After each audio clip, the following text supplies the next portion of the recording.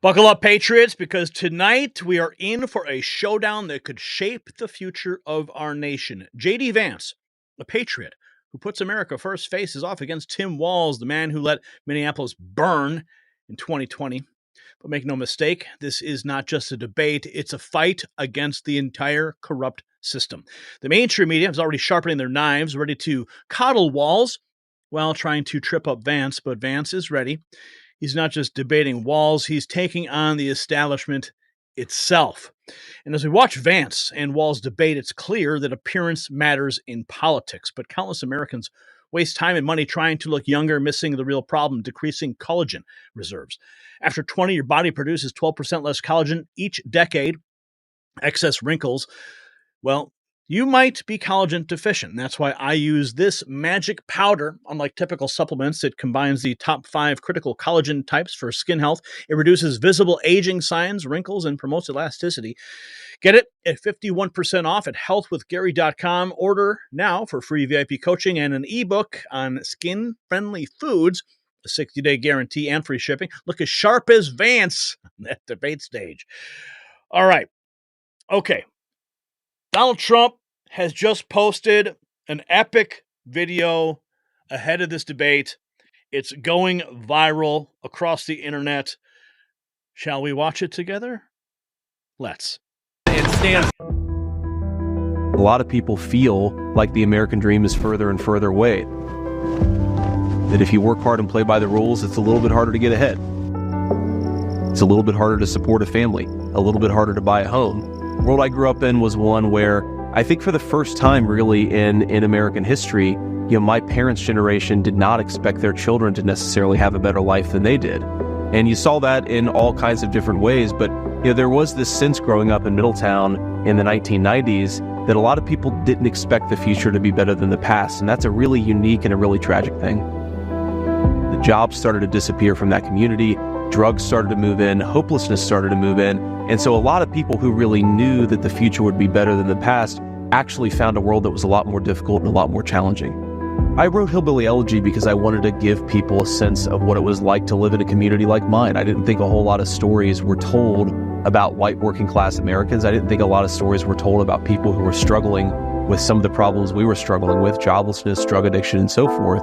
And I thought that I could tell a story that would make people understand my family a little bit better, and maybe in the process, understand the struggles of a lot of families. I come from the places that I want to represent, and what we need is to stop sending people that are of the DC swamp. We need to send people who are of the places they aim to represent. I want to fight for the people that I come from. The American media has been laundering foreign disinformation. It is disgusting. Instead of talking about the crises in our country, they try to silence the people who are experiencing them. Who do you want answering the phone? Do you want a person who hides from the friendly American media? Or do you want a person who takes a bullet to the head and stands up and says, fight, fight, fight? Kamala Harris, you ought to have respect enough for your own people to enforce their border laws and listen to them. Listen to them when they complain about it. Don't pretend they're bad people. We're not bad people for loving this country. You're a bad person for doing this to the country in the first place.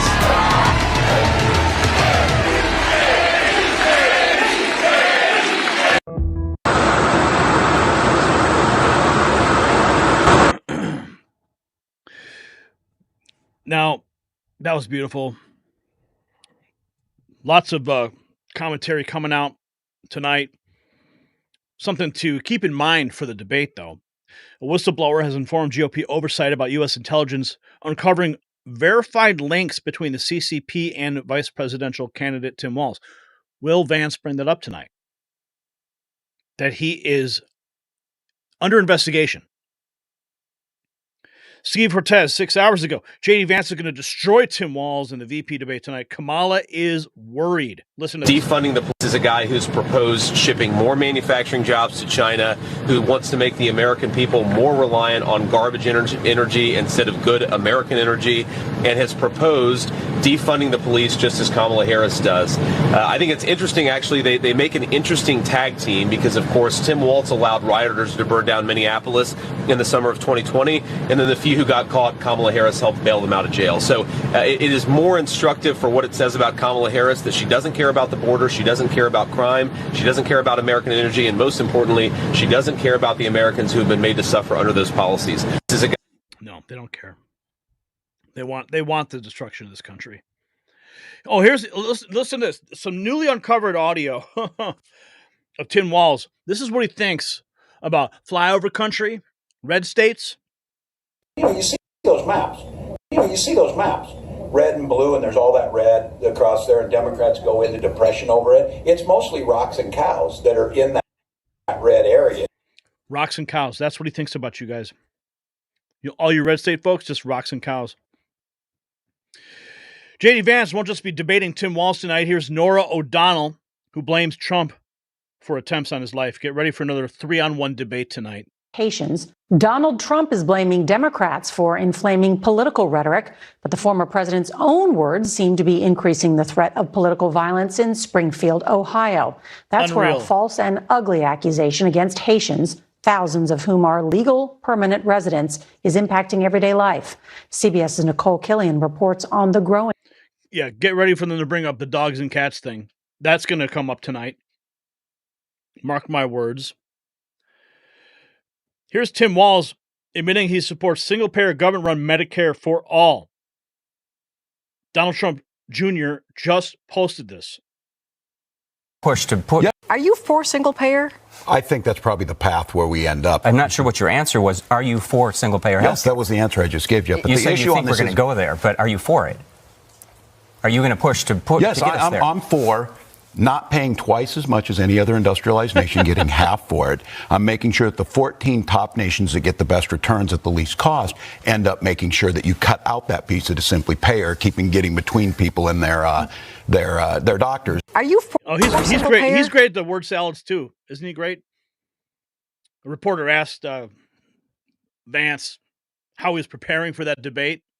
Well, I'd like to know how you were prepping for a debate with Tim Walz, who has described himself as a bad debater. Who's helping you, and how are you prepping? Well, I found a good friend from back home who embellishes and lies a lot, and I'm having him stand in for Tim Walz. That's what we're doing during our debate. But look, all kidding aside, what we're going to do is we're going to focus a lot on policy, right? The way that I'm trying to prepare is to try to make sure that we're prepared to answer the American people's questions on how we're going to make their lives better, how we're going to make their communities safer, how we're going to bring back prosperity and low prices to the American economy. I'd like to know how you were Oh boy, it's going to be a great show tonight. Trump senior advisor Corey Lewandowski on Tim Walz. This is 6 hours ago. To the issue of abortion that allows women. He has extreme values. That's the problem. He's an extreme leftist. We saw what he did during the riots in Minnesota. We saw what he has done when it comes to the issue of abortion, signing a bill that allows women to have abortion in the 9th month. That's an extreme position that is outside the realm of the mainstream, and that'll be on display tonight. Oh, yeah. Larry O'Donnell, 19 hours ago, and some random Kamala intern are crying because CBS moderators won't be doing one-sided fact-checking. Any fact. So what was your personal reaction when you heard that CBS News is forbidding the moderators of tomorrow night's debate from doing any fact-checking? Well, look, unfortunately, CBS is in a tough spot because if they allowed that, it would mean that their moderators were fact-checking all night, given J.D. Vance and the lies that he is going to spew on stage. But what I will say is that it's unfortunate that we have to have conversations like this because of the type of lying and discord that Donald Trump and J.D. Vance bring to our political system. But I think that Governor Walz is going to be prepared not only to hold J.D. Vance accountable for the lies that he continues to spew while he is doubling down on Donald Trump's divisive agenda. He is also going to be prepared to talk about his vision for this country alongside Vice President Harris to usher in a new way forward that all Americans can not just get by, but to get ahead. And so Governor Walz will be ready. So, for example, if J.D. Vance were simply to say, we have a plan for health care, That is actually a lie. And according to Donald Trump, it's a lie. Donald Trump said in the last debate, he said they have a concept of a plan, which, of course, we have no idea what that is.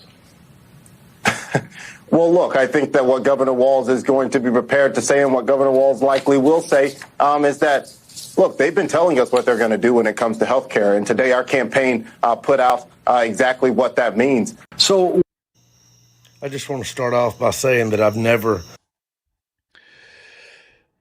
Tim Walz thinks you're just rocks and cows. He wants single-payer government-run Medicare for all. Trump releasing this beautiful video today. Oh, here's Trump's senior advisor, Danielle Alva, about JD going to hit a home run on. The reintroduction.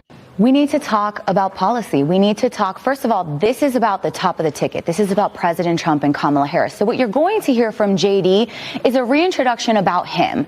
He came, again, from Middletown, Ohio. You're going to hear a lot about his background, his turbulent upbringing, and his ability to achieve the American dream, his desire to work with President Trump to make that American dream achievable to everyone else across the country. But the main focus, which I know that JD is going to hit a home run on, is talking about those policies that voters care about the most. I think Tim Walz is going to have a hard time doing that. How does he defend Kamala Harris's record when we know in rallies he said, we can't sustain this anymore? We know Kamala Harris has said, we need to turn the page. That's right. We need to turn the page from them. They've been here for 3.5 years. They have failed on the economy. They have failed on inflation. They have failed on the border. They have failed with fentanyl pouring in, with safety, and with chaos both at home and abroad. And I think that's going to be the key to success. Voters want to hear about the issues that are most important to them.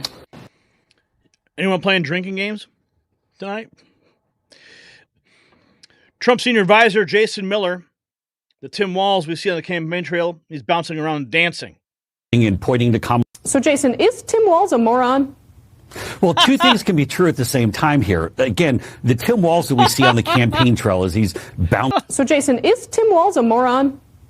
Well, two things can be true at the same time here. Again, the Tim Walz that we see on the campaign trail as he's bouncing around and dancing and pointing to Kamala Harris and looking kind of goofy is not the Tim Walz that shows up in debates. And Casey, I will tell you, I've watched more debate footage of Tim Walz than anyone should ever be forced to do. But here's the thing. He's been in office for 2 decades. J.D. Vance has been in official office for 2 years, but Tim Walz has been in office for 2 decades. He's good. He was in Congress. He's in his second term as governor of the state of Minnesota. When he shows up and hits that stage, he's disciplined, he's on point, and he lies through his teeth. And that's the thing that most people who are tuning in tonight, or many of the people, I should say, will not have watched Tim Walz bouncing around on the campaign stage.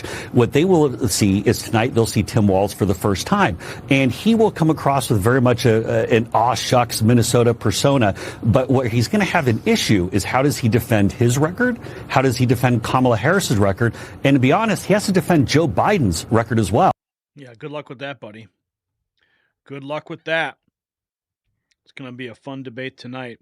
Here's Tim Walz avoiding any questions as usual as he was heading to New York for the debate. How do you feel this morning? Oh, thumbs up. Yeah, gotta go. Yep, avoiding questions as usual. In the history, Kamala Harris, more than any candidate in the history of presidential politics, is running away from a record instead of to a record. Donald Trump had a record to be proud of, and Kamala Harris has a record to be ashamed of. Exploding inflation, that's on Kamala Harris. Groceries you can't afford, that's on Kamala Harris. Housing that is unaffordable for young American families, that is on Kamala Harris. And a wide open border, that's on Kamala Harris too. So let's say to Kamala Harris, you're fired. We're not sending you to the White House. We see the border wall sitting here, ready to be completed behind us, and that can't happen because of Kamala Harris's administration. For American leadership, our compassion must start with American citizens. It must start with people right here at home. Donald Trump and we're going to cut taxes for American workers, and we are going to raise tariffs on companies that are shipping jobs overseas. We want normal Americans to be able to afford a decent life in their own country. It sounds so simple, but it's got to happen, and one of the ways we're going to do it is drill, baby, drill. Get that stuff out of the ground. Get it from our own people, get it from our own workers, and not from tin pot dictators all over the world. So, as we've seen, the stakes in this debate couldn't be higher.